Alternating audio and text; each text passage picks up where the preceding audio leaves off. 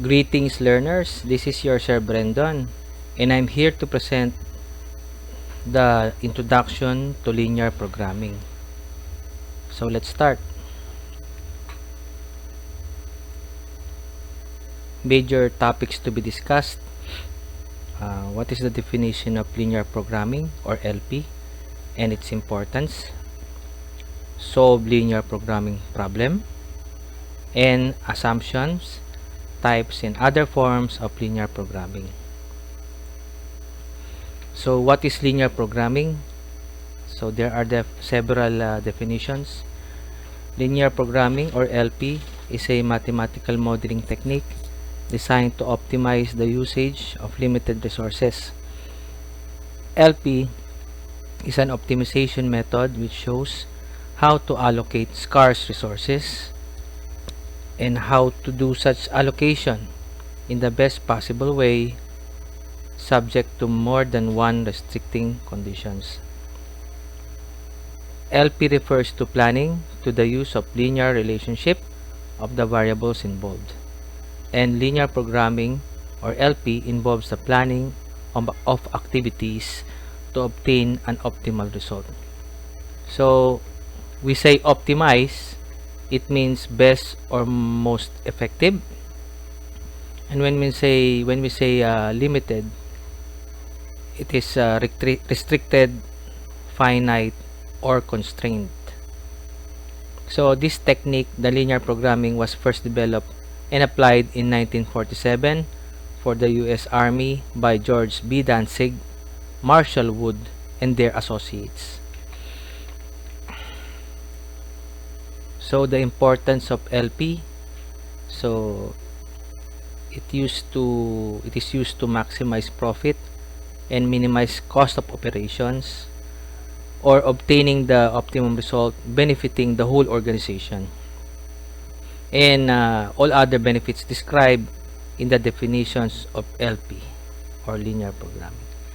So let's start by solving a simple basic linear programming problem. So this is the case for the Windor Glass Company. So the Windor Glass Company produces high quality glass products including windows and glass doors. So they have two products. It has 3 plants. Aluminum frames and hardware are made in plant 1. Wood frames are made in plant 2, and plant 3 produces the glass and assembles the products. Because of declining earnings, top management has decided to revamp the company's product line. So they cost cut. With this, 2 new products are launched having large sales potential. So we have for product 1 an 8-foot glass door with aluminum framing, and for product 2 a 4 by 6 feet double hung wood framed window. So we have product 1 and product 2. To continue, product 1 requires some of the production capacity in plants 1 and 3, but none in plant 2. Product 2 needs only plant 2 and 3. Both products would be competing the same production capacity in plant 3. Furthermore, the OR team also identified the following information. Each batch of product 1 produced per week uses 1 hour of production time per week in plant 1, whereas only a maximum of 4 hours per week available. Product 2 produced per week uses 2 hours of production time per week in plant 2, whereas 12 maximum hours available per week. In plant 3, product 1 uses 3 hours while product 2 uses 2 hours of production time per week, whereas 18 maximum hours available per week for both products. And the profit is $3,000 for product 1 and $5,000 for product 2 per week. So the company's objective is to determine what production rates should be for the two products in order to maximize their total profit, subject to the restrictions imposed by the limited production capacities available in the three plants. So when we say production rate is defined as the number of batches produced per week. The OR team recognized it is a classic product mix problem. So it is a product mix problem, and we will find the optimal solution of the problem, or how many batches of product 1 and product 2 per week to produce the maximum profit. Okay, there are several steps in linear programming. So there are 5 steps, basic steps. First, we tabulate the data. So we will put it in a table form. Number 2, formulate the objective function and constraints. Number 3, we will graph by converting inequalities into equations. Number 4, maximize or minimize the objective function by the different vertices. And number 5, decision making. Okay, let's start solving. So we will follow the steps. So the first step is to tabulate the data. So when we say tabulate, we will put it in table form. So this is the table form of the problem. So in here we can see plant 1, we have product 1 and product 2. So we have 2 products and 3 plants.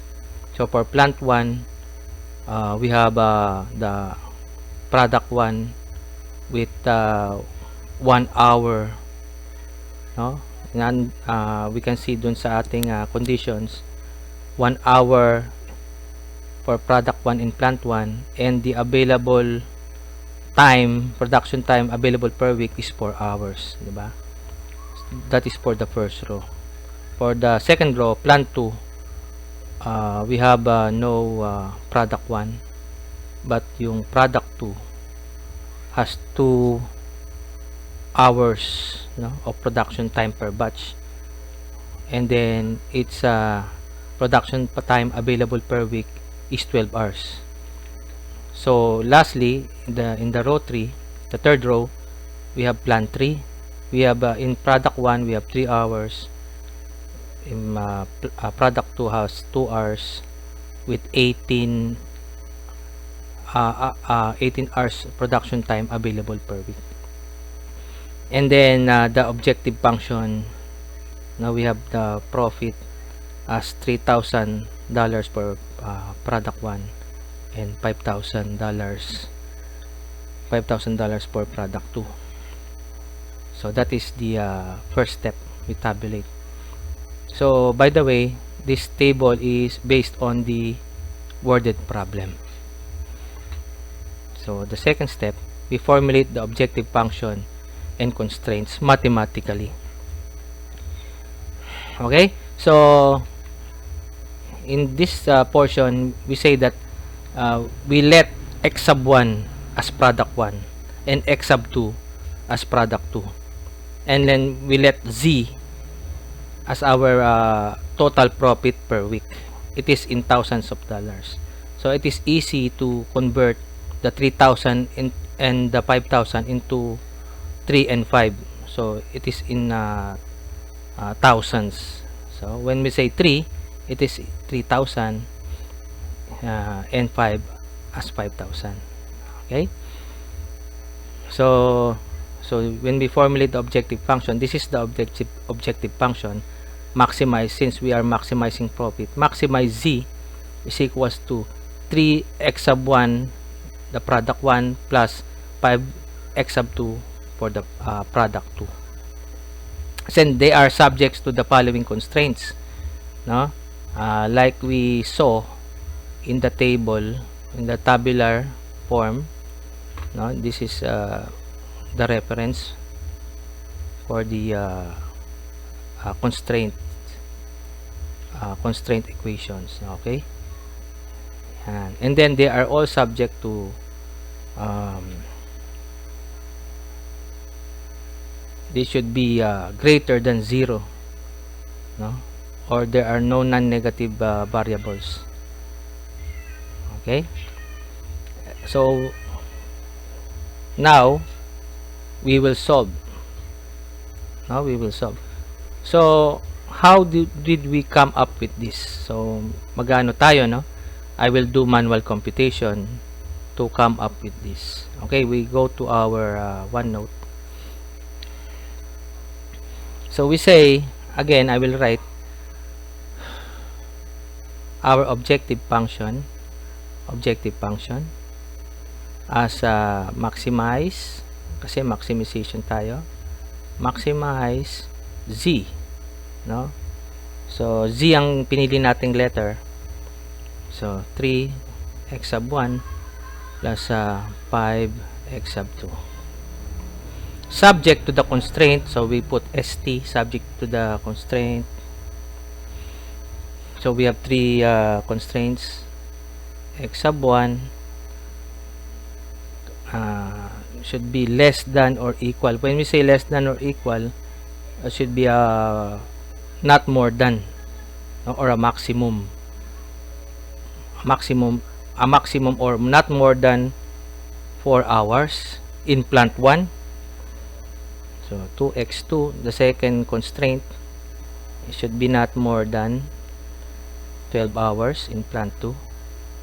And for plant 3, we have this combination. No, take note that we use x sub 1 for product 1 and x sub 2 for product 2. So this last line is for plant 3. So we have 3 equations for the constraint.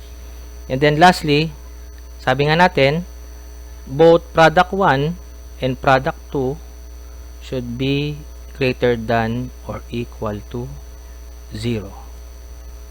So meaning, product 1 and product 2 should be greater than 0, or they are positive integers or non-negative variables. Okay? So it means that x sub 1 and x sub 2 sa result natin is greater than 0. Okay, now we will graph, no? Kasi nasa third step. So we will graph. So in graphing, meron tayong x and y coordinate. Ay, lakihan natin, no? Okay, pardon my drawing, kasi ginagamit ko is writing tablet. So x sub 1 as x, no? X sub 2 as the y, no? Okay, so first we will graph x sub 1 less than or equal to 4. So dito yon, no? X sub 1, so we have we plot there 4 units. So this is 4. So meaning this line is x sub 1 is less than or equal to 4. Okay, so natutunan natin to dun sa past lesson natin, so graphing inequalities, diba? So when we say less than or equal, ang shading natin is to the left, diba? Shading natin is to the left, depth ng line. Okay, next, yung constraint na, so by the way, we are graphing the constraints or the subject to equation. So there are 3. So next, yung 2x sub 2x2 less than or equal 12. So 2x2 less than, so we have the 2x2 less than or equal to 12. So ibig sabihin, x sub 2 is so para madali nating masolve yan, we turn this into equal sign, di ba? Turn this into equal sign. Okay, so x sub 2, 12 divided by 2 is 6. So x sub 2 is equals to 6. So nasaan yung x sub 2 is equals to 6? So we count 6 units, 3, 4, 5, 6. Andito yung 6, no? 1, 2, 3, 4, 5, 6. And then, sabi niya, x sub 2 is 6. So, ang line niya, pa ganyan. Heavy, solid line. Okay? So, therefore, this line is x sub 2x2 less than or equal to 12. Okay, so we have two lines. And then, yung kanyang shading, so, sabi natin less than, pababa. Pababa yung shading yan. Pababa yung shading. Okay. And the last line, yung third equation natin is 3x sub 1 plus 2x squared less than or equal to 18. So we solve this. So para natin mag-graph siya, no, itong line na to, we solve this by assigning zeros. So, let's say if x sub 1 is 0, ano yung x sub 2? So, x sub 2 will be 9. No? Dito naman, similarly, if x sub 2 is 0, what is the x sub 1? X sub 1 is 6. Okay? So, ang gagawin nyo lang, you assign, if x sub 1 is 0, you solve for x sub 2. Similarly, if x sub 2 is 0 naman, you solve for x sub 1. So, ito yung nakuha natin. So, ano natin siya? Ipa-plot na natin. If, so, we have x sub 2 as 9. So, dito, no? X sub 2 is 9. So, mag-ano tayo, mag-project tayo ng plus 3 pa dito. This is 9. So, this is the first point. And then, x sub 1 is 6. So, dito naman yung sa baba. Bilang tayo hanggang 6. Dito naman yung second point. So, ang gagawin natin, idudugtong natin siya. Solid pa rin ang gagamitin natin. So, ito ngayon yung line ng 3x sub 1 plus 2x sub 2 less than or equal to 18. Ngayon, yung shading niya, this is less than or equal. Ang shading niya, again, is to the left, lahat. Okay? Okay. Di ba nasabi natin na we will get the common shaded region for the three lines. The common shaded region for the three lines. So, what is the common region? So, we have here, we have the here starting at 0 0, and then we have here, yan yung mga common, that is the common region. So therefore, the common shaded region for the three lines is here, no? Ito lang, yan, makita nyo. So buburahin natin, we will try to erase yung mga hindi kasamang ano. Ayan, ito lang yung mga, ayan.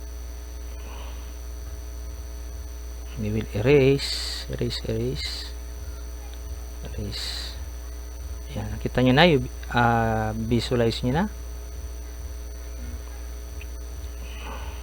So therefore, ang common region natin for the three lines, ito siya. Only this portion, diba? Yan. Including the 0 0. So para siyang ito. Itong polygon na to. Ayan, no? Ayan. Ayan yung polygon na yan. Okay, so we have now we will solve this using the corner point feasible solution method, o yung tinatawag natin CPF. No? Again, we will solve this using the corner point feasible solution method. Okay, so now step 4, by using the corner point feasible solution method, we have come up with this.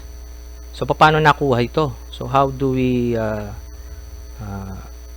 get to this result? So isosolve natin siya. Okay, so we find, diba nakasulat doon, they are vertices. What are the different vertices? And then ang objective natin is the maximum profit, diba? So profit, or this is the objective function.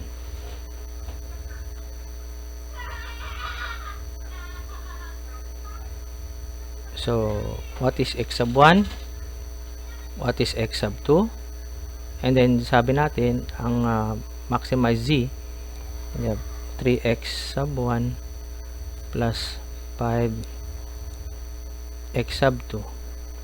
Okay, so nakita natin, di ba, meron tayo kaninang polygon. So ayan, ganyan yung nakita natin. And then what are these vertices using the corner point feasible solution? Okay, so for vertex 0 0, so dito yon, no, vertex 0 0. Ang gagawin lang natin, we will substitute x sub 1 x sub 2 to the objective function equation. So we have 3 x sub 1 is 0 plus 5 x sub 2 is 0. That will give us profit of 0.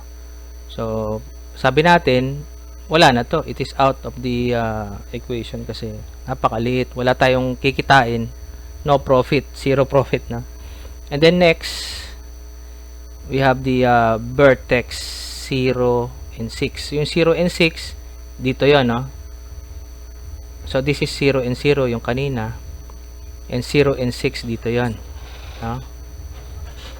So we substitute 6 to the x sub 2. So we have 3 x sub 1 is 0 plus 5. So we have 6, no? 6. So when we solve this, this is 3 times 0 plus 5 times 6, we have 30, or in thousands, that is $30,000. Okay, so is this the maximum? We will find out kasi meron pa tayo ibang vertices. So meron pa tayo ditong vertex. This is the third, no, yung nasa taas. So if we are not sure, we are going to use the manual calculation to find this point, no, manual calculation. So yung third natin na vertex, what is the third vertex? So we will use the manual calculation. So remember, the line here, and this line, no, yung line yan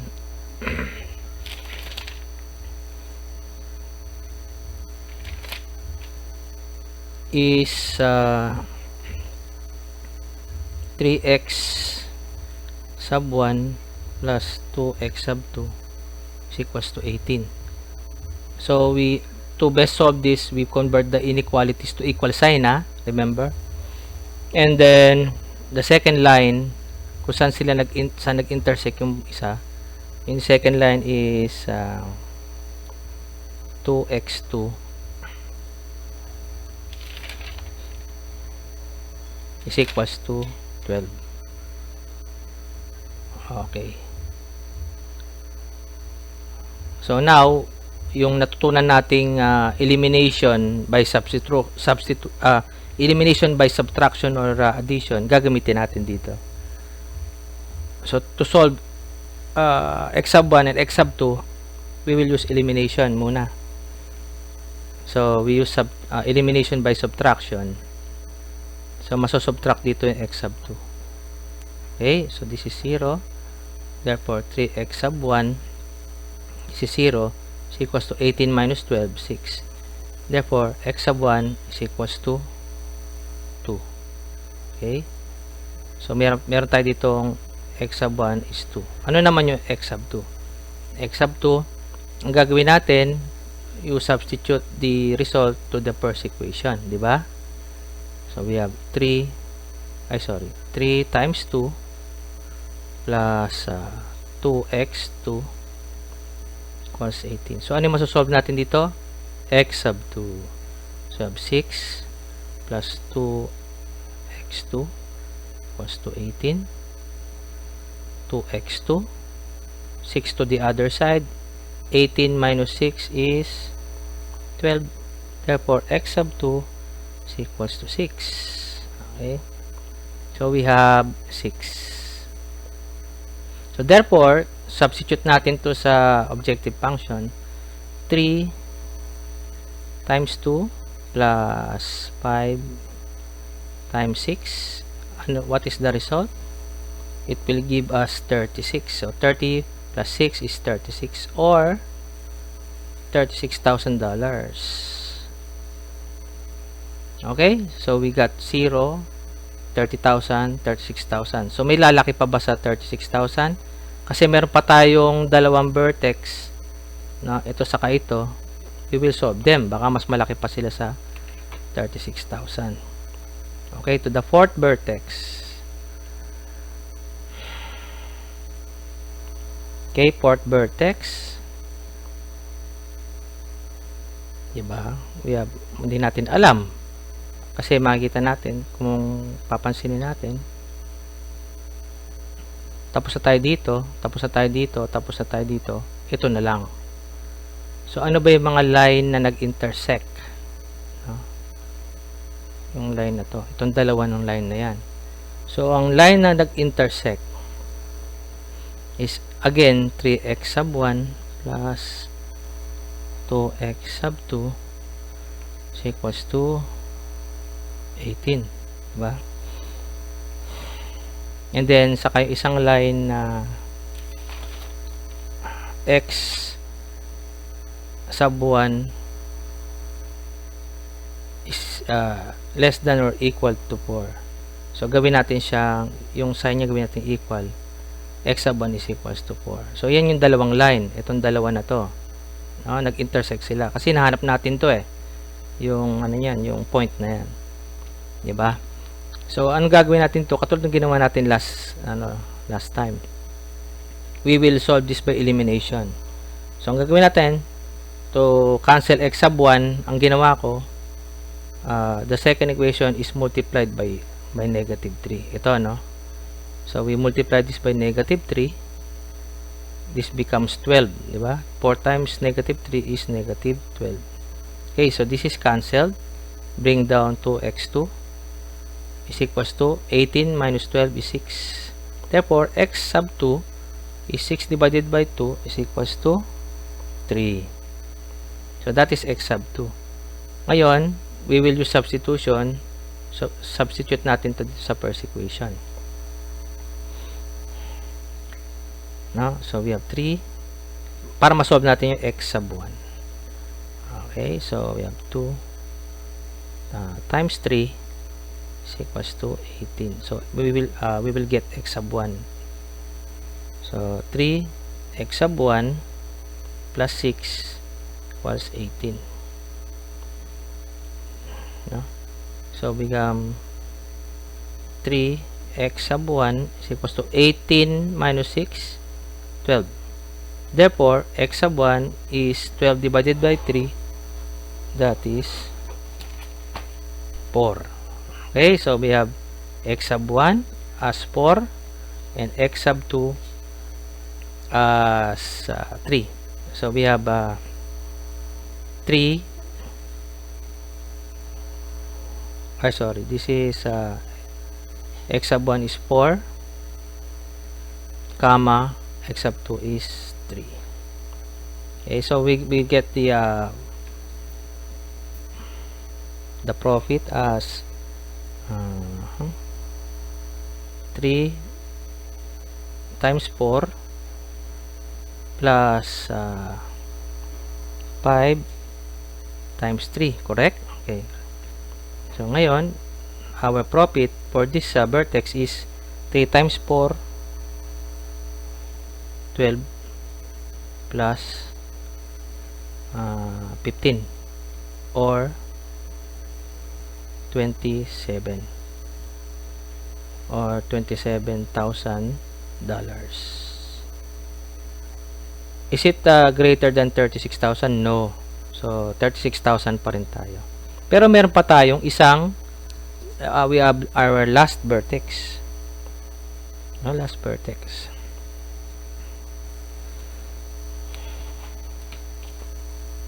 We have our last vertex.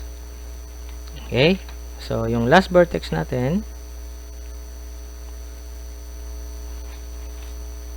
we have di ba nga yung we will draw again. Diba ganyan itsura ng ating shaded area. So yung last vertex natin ito, which is 4 and 0. Okay, so we have 4 and 0. So z is equals to madali lang to, we substitute lang 3 times 4 plus 5 times 0. That will give us z is equals to, this is 0, this is 12 or $12,000. Okay, so far ang pinaka maximum is $36,000. Okay, next to the our slide, the decision making.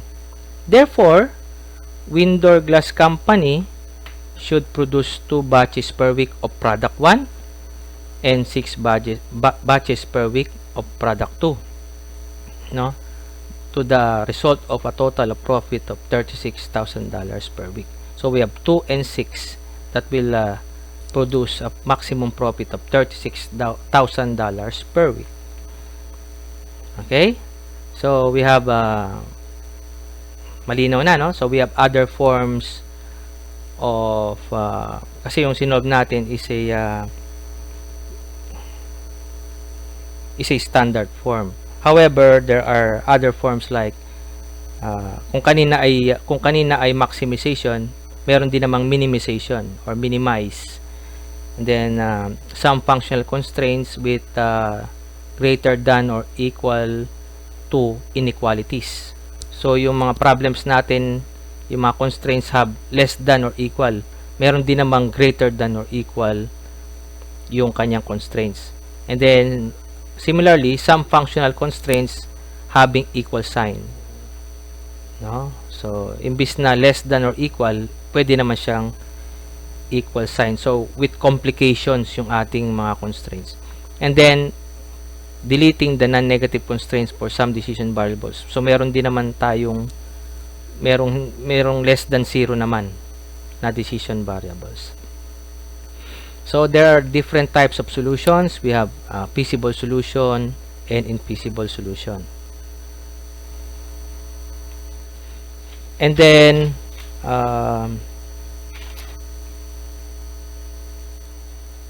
take note, by the way, take note that a well-conducted OR study do not simply find one solution, no?